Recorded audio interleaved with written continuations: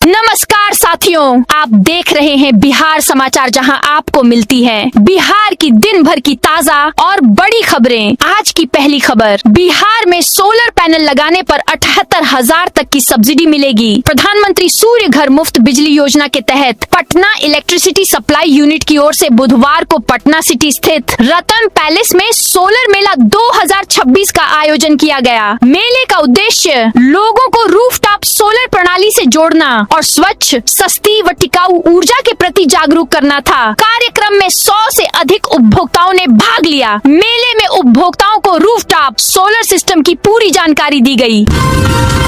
बिहार में पुराने वाहन मालिकों की बल्ले बल्ले, स्क्रैप कर नई गाड़ी खरीदने पर मिलेगा टैक्स में बड़ा फायदा। बिहार में पुराने और प्रदूषण फैलाने वाले वाहनों को हटाने की प्रक्रिया अब और आसान होने जा रही है। राज्य सरकार ने वाहन स्क्रैपिंग से जुड़े नियमों में बदलाव को मंजूरी दे दी है। इसके बाद परिवहन विभाग जल्द नया नोटिफिकेशन जारी करेगा। सरकार का कहना है कि इससे वाहन मालिकों को सीधे फायदा मिलेगा और पर्यावरण संरक्षण को भी बढ़ावा मिलेगा। 12 जिलों में आंधी बारिश, बिजली से 5 लोगों की मौत, पूरे बिहार में अलर्ट। मौसम विज्ञान केंद्र ने आज प्रदेश के 38 जिलों में आंधी बारिश का ऑरेंज अलर्ट जारी किया है। पटना, बक्सर, सुपौल, मधेपुरा, सीवान, बगहा, जहानाबाद, बेतिया, समस्तीपुर, बेगूसराय, भागलपुर और छपरा समेत 11 जिलों में सुबह सुबह आंधी के साथ बारिश हो रही है। अंधेरा छाया है, लोगों को गाड़ियों की लाइट जला करके चलना पड़ रहा है। खगड़िया में आकाशीय बिजली से अलग अलग इलाके में 5 लोगों की मौत हो गई, जबकि 4 लोग झुलस गए हैं। इधर बिहार के करीब 1 करोड़ यूजर्स के फोन पर मौसम विभाग ने सुबह सुबह अलर्ट मैसेज भेजा है। इसमें लिखा गया कि अगले 3 घंटे अरवल, भोजपुर, जहानाबाद, नालंदा, पटना, सारण, वैशाली में भारी बारिश हो सकती है। आधार अब मिनटों में बनेगा। बिहार में 2000 ग्राम पंचायतों में 21 जून से बनेगा आधार। पटना में हुई पंचायती राज विभाग की समीक्षा बैठक में आधार सेवा केंद्रों को लेकर बड़ा फैसला लिया गया। मंत्री दीपक प्रकाश ने स्पष्ट निर्देश दिया कि ग्रामीण क्षेत्रों में आधार सेवाओं का विस्तार प्राथमिकता है। राज्य की 2000 ग्राम पंचायतों में 21 जून तक आधार सेवा केंद्र शुरू करने का सख्त लक्ष्य तय किया गया है। इससे ग्रामीणों को आधार अपडेट और नई सेवाओं के लिए शहरों पर निर्भर नहीं रहना पड़ेगा। पटना के सभी कोचिंग संस्थान रहेंगे बंद, अभ्यर्थियों को मिलेगी मुफ्त बस यात्रा। राष्ट्रीय परीक्षा एजेंसी एनटीए द्वारा 21 जून को आयोजित होने वाली नीट यूजी 2026 पुनर्परीक्षा के सफल एवं कदाचार मुक्त संचालन को लेकर बुधवार को पटना समाहरणालय में उच्च स्तरीय बैठक आयोजित की गई। बैठक की अध्यक्षता जिलाधिकारी डॉक्टर त्यागराजन एसआईएम और एसएसपी कार्तिकेय शर्मा ने की। पूर्णिया में 16 जून को आएंगे मुख्यमंत्री सम्राट चौधरी जन सहयोग शिविर में होंगे शामिल। पूर्णिया के धमदाहा में 16 जून को जन सहयोग शिविर लगेगा। मुख्यमंत्री सम्राट चौधरी इसमें शामिल होंगे। सहयोग शिविर को लेकर प्रशासनिक हलचल तेज हो गई है। ये शिविर धमदाहा प्रखंड स्थित रंगपुरा दक्षिण पंचायत में लगाया जाएगा, जिसे लेकर जिला प्रशासन तैयारियों को लेकर पूरी तरह सक्रिय नजर आ रहा है। पटना में 15 जून से शुरू होंगे 2 एसी लाउंज। राजधानी की भीषण गर्मी में दिन रात सड़कों पर काम करने वाले गिग वर्कर्स को जल्द बड़ी राहत मिलने वाली है। नगर निगम शहर में 2 एसी लाउंज शुरू करने जा रहा है, जहां डिलीवरी बॉय, कुरियर कर्मी, ऑटो और बाइक राइडर्स के साथ आम लोग भी आराम कर सकेंगे। इन लाउंज को 15 जून से शुरू करने की तैयारी है। नगर आयुक्त यशपाल मीणा के निर्देश पर यह पहल की गई है। निर्माण कार्य पटना स्मार्ट सिटी लिमिटेड की ओर से कराया जा रहा है। शहर के गांधी मैदान गेट नंबर 4 और इनकम टैक्स गोलंबर के पास इन आश्रय स्थलों को तैयार किया जा रहा है। बिहार के सभी अंचलों में आज से लगेंगे विशेष शिविर। भूमि से जुड़ी शिकायतों का होगा समाधान। राजस्व एवं भूमि सुधार मंत्री डॉक्टर दिलीप कुमार जायसवाल ने विभाग के अधिकारियों को चेतावनी दी है कि 11 जून से शुरू हो रहे विशेष शिविर को महज औपचारिकता न समझें। इसके लिए निर्धारित लक्ष्य को पूरा करना अंचल और राजस्व पदाधिकारियों की व्यक्तिगत जिम्मेवारी है। लक्ष्य प्राप्त करने में पिछड़ गए अधिकारियों पर दंडात्मक कार्रवाई होगी। डॉक्टर जायसवाल बुधवार को यहां संवाददाताओं से बातचीत कर रहे थे।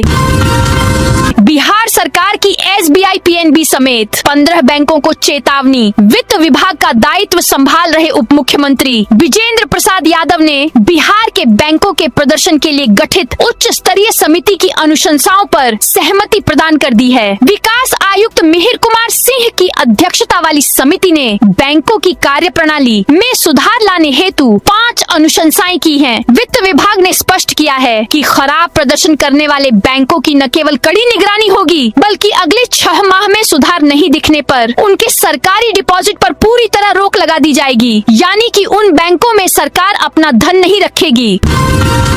बिहार राज्य में आयुष्मान कार्ड से इलाज में पटना जिला सबसे आगे। पटना सहित पूरे बिहार में आयुष्मान भारत योजना के तहत इलाज कराने के मामलों में पटना जिला सबसे आगे है। इसके बाद मुजफ्फरपुर और दरभंगा जिले का स्थान आता है। बढ़ती जागरूकता के कारण अब बड़ी संख्या में लोग इस योजना का लाभ उठा रहे हैं। अब तक बिहार में आयुष्मान कार्ड के जरिए करीब 23,47,000 लोगों ने इलाज कराया है। इनमें से लगभग 20,08,000 मरीजों का इलाज राज्य के अंदर के अस्पतालों में हुआ है, जबकि 3.5 लाख से अधिक मरीजों ने राज्य के बाहर इलाज कराया है। कुल इलाज का लगभग 38% हिस्सा पटना, मुजफ्फरपुर और दरभंगा जिलों से जुड़ा हुआ है। 100 एकड़ में 574 करोड़ से बनेगा डुमरी स्पोर्ट्स सिटी। बीसीसीआई से सिलेक्टेड बिहारी खिलाड़ियों को मिलेगी सरकारी नौकरी। बिहार में 100 एकड़ में डुमरी स्पोर्ट्स सिटी का निर्माण होगा। इस परियोजना में 574 करोड़ रुपए का खर्च आएगा। इसका प्रस्ताव जिला पदाधिकारी और जिला भू अर्जन पदाधिकारी पटना को भेजा जा चुका है। इस प्रोजेक्ट के बेहतर इम्प्लीमेंटेशन के लिए 2 अलग अलग टीमों द्वारा अहमदाबाद और ओडिशा के खेल इंफ्रास्ट्रक्चर मॉडलों का अध्ययन किया गया है। खेल मंत्री श्रेयसी सिंह ने आज खेल विभाग की समीक्षा बैठक की। श्रावणी मेला 30 जुलाई से 28 अगस्त तक बिहार में जगह जगह बनेगी टेंट सिटी। श्रावणी मेले को लेकर प्रशासनिक तैयारी शुरू हो गई है। बुधवार को पर्यटन सचिव लोकेश कुमार सिंह ने श्रावणी मेला की तैयारियों की विस्तृत समीक्षा बैठक की। इसमें भागलपुर, मुंगेर और बांका के जिला पदाधिकारी भी वीडियो कॉन्फ्रेंसिंग के माध्यम से जुड़े। पर्यटन सचिव ने कहा कि श्रावणी मेला 30 जुलाई से 28 अगस्त के मध्य आयोजित किया जाना है। इस दौरान कांवड़ियों के लिए टेंट सिटी, शौचालय, स्नान घर, शुद्ध पेयजल, निर्बाध बिजली जैसी सभी आवश्यक सुविधाएं, कांवर स्टैंड, सूचनाएं और मनोरंजन आदि की व्यवस्था की जानी है। साधु संत बोले, हमें भारी परेशानी हुई, अच्छा व्यवहार नहीं हुआ। राजगीर में आज पुरुषोत्तम मास मेले का तीसरा और अंतिम शाही स्नान संपन्न हो चुका है। इसमें बंगाल, झारखंड से लेकर नेपाल तक से भक्त पहुँचे। आज करीब 3 लाख श्रद्धालु पहुँचे हैं। अंतिम शाही स्नान में हिस्सा लेने पहुँचे उदासीन संप्रदाय के नागा साधुओं और संतों को ब्रह्मकुंड तक पहुँचने में दिक्कतों का सामना करना पड़ा, जिसके बाद संतों ने प्रशासन के रवैये पर रोष जताया। पेंशन नहीं पाने वाले बुजुर्ग जल्द आवेदन करें, आधार लिंक कराना जरूरी। मुख्यमंत्री सम्राट चौधरी ने बुधवार को सामाजिक सुरक्षा पेंशन पाने वाले बुजुर्ग, विधवा व दिव्यांगों के खातों में 1,100 करोड़ रुपए भेजे। सबको 11,1100 रुपए प्रतिमाह के हिसाब से दिए गए। मौका प्रधानमंत्री नरेंद्र मोदी के रिकॉर्ड कार्यकाल 12 वर्ष का था। मुख्यमंत्री ने कहा, 60 वर्ष से अधिक उम्र के लोग जिन्हें पेंशन नहीं मिल रहा है, वे पेंशन के लिए जल्द आवेदन करें। आधार कार्ड लिंक नहीं होने के चलते पेंशन नहीं पाने वाले लोग जल्द अपना आधार लिंक कराएं। सम्राट ने स्पष्ट किया कि अब हर महीने की 10 तारीख को यह पेंशन मिलेगा ही। बिहार में खुल सकता है गूगल का ग्लोबल सेंटर। बिहार में बड़े तकनीकी निवेश और रोजगार के अवसर बढ़ाने की दिशा में राज्य सरकार ने अहम कदम उठाया है। मुख्यमंत्री सम्राट चौधरी ने नई दिल्ली स्थित बिहार भवन में गूगल इंडिया के वरिष्ठ अधिकारियों से मुलाकात की। इस दौरान राज्य में तकनीक आधारित विकास और निवेश को लेकर विस्तार से चर्चा हुई। अचानक फोन वाइब्रेट हो रहा है, घबराएं नहीं, सरकार दे रही है मौसम का अलर्ट। क्या आज सुबह अचानक आपका मोबाइल फोन वाइब्रेट करने लगा, या देर शाम भी आपका फोन अचानक वाइब्रेट कर रहा था? क्या बिना किसी कॉल या मैसेज के फोन ने तेज आवाज के साथ कोई संदेश या चेतावनी दिखाई? अगर हाँ, तो सबसे पहले घबराने की जरूरत नहीं है। आपका फोन खराब नहीं हुआ है और न ही उसमें कोई तकनीकी समस्या आई है। महुआ में 108 में से अधिकांश सीसीटीवी कैमरे खराब। महुआ थाना क्षेत्र में अपराध नियंत्रण और सुरक्षा व्यवस्था को मजबूत करने के उद्देश्य से नगर परिषद द्वारा लगाए गए अधिकांश सीसीटीवी कैमरे खराब पड़े हैं। इससे आपराधिक घटनाओं की जांच में पुलिस को साक्ष्य जुटाने में कठिनाई का सामना करना पड़ रहा है और निगरानी व्यवस्था भी प्रभावित हो रही है। बिहार में अब शहरों में शुरू होगा विशेष भूमि सर्वेक्षण। सम्राट सरकार ने जारी किया नोटिफिकेशन। बिहार के शहरी क्षेत्रों में विशेष भू सर्वेक्षण जल्द शुरू होगा, जिसके लिए राजस्व एवं भूमि सुधार विभाग ने अधिसूचना जारी की है। इसमें भूधारकों को शिविरों में दस्तावेज जमा कर स्वामित्व का दावा करना होगा, जिसमें जमीन और अपार्टमेंट भी शामिल होंगे। पवन सिंह ने बाहुबली अनंत सिंह से की मुलाकात। कई गाड़ियों के काफिले के साथ मिलने पहुंचे। बिहार विधान परिषद की 10 सीटों के लिए चुनाव हो रहे हैं। सभी प्रत्याशियों की निर्विरोध जीत तय है। इन सीटों के लिए कुल 10 उम्मीदवारों ने ही नामांकन दाखिल किया था, जिसमें बीजेपी की तरफ से 4, जेडीयू की तरफ से 4, एलजेपीआर से 1 और आरजेडी से 1 कैंडिडेट थे। बीजेपी ने पवन सिंह को कैंडिडेट बनाया है। भाजपा की तरफ से एमएलसी उम्मीदवार बनाए जाने के बाद भोजपुरी स्टार पवन सिंह ने बाहुबली अनंत सिंह से मुलाकात की है। पवन सिंह अनंत सिंह के पटना वाले घर पहुंचे और उनसे बातचीत की। इस दौरान अनंत सिंह पवन सिंह को छोड़ने को लिए वो घर से बाहर तक आए। पटना का राजधानी जलाशय बनेगा। हाईटेक 7D थिएटर और होलोग्राफिक बुक की मिलेगी सुविधा। राजधानी जलाशय को इको टूरिज्म के तौर पर विकसित किया जाएगा। पर्यावरण, वन एवं जलवायु परिवर्तन विभाग की ओर से इसका निर्माण किया जाएगा। इसकी टेंडर की प्रक्रिया पूरी हो गई है। जल्द ही काम शुरू कर निर्माण अक्टूबर तक पूर्ण कर लिया जाएगा। परियोजना के तहत जलाशय के सौंदर्यीकरण, जैव विविधता संरक्षण और पर्यावरण संवेदनशील जोन के रूप में विकसित किया जाएगा। पटना सिटी में उद्घाटन के 9 महीने बाद भी शुरू नहीं हो सका 100 बेड का मॉडल अस्पताल। श्री गुरु गोविंद सिंह सदर अस्पताल परिसर में बने अतिरिक्त 100 बेड के मॉडल अस्पताल भवन का इस्तेमाल उद्घाटन के लगभग 9 माह बाद भी शुरू नहीं हो सका है। नवनिर्मित भवन में चिकित्सा व्यवस्था शिफ्ट कर मरीजों को लाभ पहुंचाने का कई स्तर से कई बार किया गया दावा खोखला साबित हो रहा है। मुजफ्फरपुर में एलएस कॉलेज के प्रोफेसर के घर चोरी। मुजफ्फरपुर में एलएस कॉलेज के अंग्रेजी विभाग अध्यक्ष प्रोफेसर शिवारंजन चतुर्वेदी के घर में लाखों रुपए की चोरी हो गई। घटना सदर थाना क्षेत्र के बीबीगंज स्थित चित्रकूट नगर रोड संख्या 5 की है। बदमाश खिड़की और लोहे की ग्रिल तोड़कर घर के अंदर घुसे और अलमारी में रखे करीब 20 लाख रुपए मूल्य के जेवरात और 2.5 लाख रुपए नकद लेकर फरार हो गए। घटना की जानकारी बुधवार सुबह तब हुई जब परिवार के सदस्य नींद से जागे। सूचना मिलने के बाद सदर थाना पुलिस घटनास्थल पर पहुंची और जांच शुरू कर दी। नालंदा के 9,800 कुटीर ज्योति उपभोक्ताओं को मिलेगा मुफ्त सोलर। नालंदा में प्रधानमंत्री सूर्य घर मुफ्त बिजली योजना के सफल और तीव्र क्रियान्वयन को लेकर जिला प्रशासन पूरी तरह मुस्तैद हो गया है। आगामी 14 जून को मुख्यमंत्री सम्राट चौधरी की ओर से इस महत्वाकांक्षी योजना की शुरुआत किए जाने वाले कार्यक्रम की तैयारियों को अंतिम रूप दिया गया। योजना के अंतर्गत नालंदा के कुल 9,800 कुटीर ज्योति उपभोक्ताओं के घरों पर मुफ्त 1.1 किलोवाट क्षमता का सोलर पैनल इंस्टॉल करने का टारगेट तय किया गया है, जिसे आगामी 10 नवंबर 2026 तक पूरा किया जाना है। इस पूरे कार्य को निष्पादित करने की जिम्मेदारी कार्यकारी agency messrs Sen and Pandit voltage control private limited को सौंपी गई है। नालंदा यूनिवर्सिटी में पुरातत्व में एमए, पीएचडी में एडमिशन। नालंदा विश्वविद्यालय ने शैक्षणिक सत्र 2026 से 27 के लिए पुरातत्व विषय में एमए और पीएचडी कार्यक्रमों में नामांकन प्रक्रिया शुरू कर दी है। ऐतिहासिक मगध क्षेत्र में स्थित यह विश्वविद्यालय छात्रों को दक्षिण और दक्षिण पूर्व एशिया की सांस्कृतिक और पुरातात्विक विरासत को गहराई से समझने का अवसर दे रहा है। उत्पाद विभाग की नीलामी में 241 जब्त वाहनों की बिक्री। मधुबनी उत्पाद विभाग ने विभिन्न शराब कांडों में जब्त किए गए वाहनों की नीलामी सफलतापूर्वक संपन्न कर ली है। इस नीलामी से विभाग को कुल 7,20,600 रुपए का राजस्व प्राप्त हुआ है। यह जानकारी उत्पाद अधीक्षक विजयकांत ठाकुर ने गुरुवार सुबह 8 बजे दी। उत्पाद अधीक्षक ने गुरुवार सुबह 8 बजे यह भी बताया कि माननीय न्यायालय के आदेश पर बुधवार को उत्पाद अधीक्षक कार्यालय परिसर में यह नीलामी आयोजित की गई थी। नीलामी प्रक्रिया में 4 चक्का, 3 चक्का और 2 चक्का सहित कुल 241 वाहन शामिल किए गए थे। नीलामी में भाग लेने के लिए विभाग को 37 आवेदन प्राप्त हुए थे। किशनगंज में 16 लाख की हेरोइन जब्त। किशनगंज में एंटी नारकोटिक्स टास्क फोर्स और पुलिस ने संयुक्त अभियान चलाकर एक तस्कर को गिरफ्तार किया है। इस कार्रवाई में अंतर्राष्ट्रीय बाजार में लगभग 16 लाख रुपए मूल्य की 66.23 ग्राम हेरोइन जब्त की गई। अनुमंडल पुलिस पदाधिकारी खुसरू सिराज ने बुधवार शाम को एक प्रेस वार्ता में बताया कि गिरफ्तार तस्कर के पास से हेरोइन के अतिरिक्त 52,520 रुपए नकद और एक मोबाइल फोन भी बरामद किया गया है। यह कार्रवाई जिले में मादक पदार्थों के कारोबार के खिलाफ चलाए जा रहे विशेष अभियान का हिस्सा है।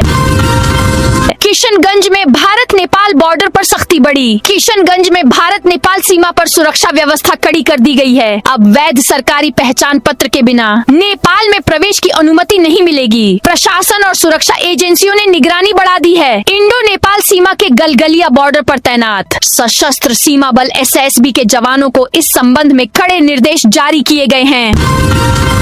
20% से ज्यादा एथेनॉल वाले पेट्रोल पर एक्साइज ड्यूटी 0। भारत सरकार ने एक नोटिफिकेशन जारी कर पेट्रोल में हाई लेवल एथेनॉल ब्लेंडिंग को एक्साइज ड्यूटी से मुक्त कर दिया है। इसके तहत जिस पेट्रोल में 22% से लेकर 30% तक एथेनॉल मिला होगा उस पर कोई एक्साइज ड्यूटी नहीं लगाई जाएगी। इस टैक्स छूट के दायरे में पेट्रोल के 4 नए वेरिएंट्स E22, E25, E27 और E30 शामिल होंगे। यह पहली बार है जब सरकार ने E20 से ऊपर के ब्लेंड्स के लिए इतने बड़े फाइनेंशियल सपोर्ट यानी फिस्कल इंसेंटिव देने की घोषणा की है।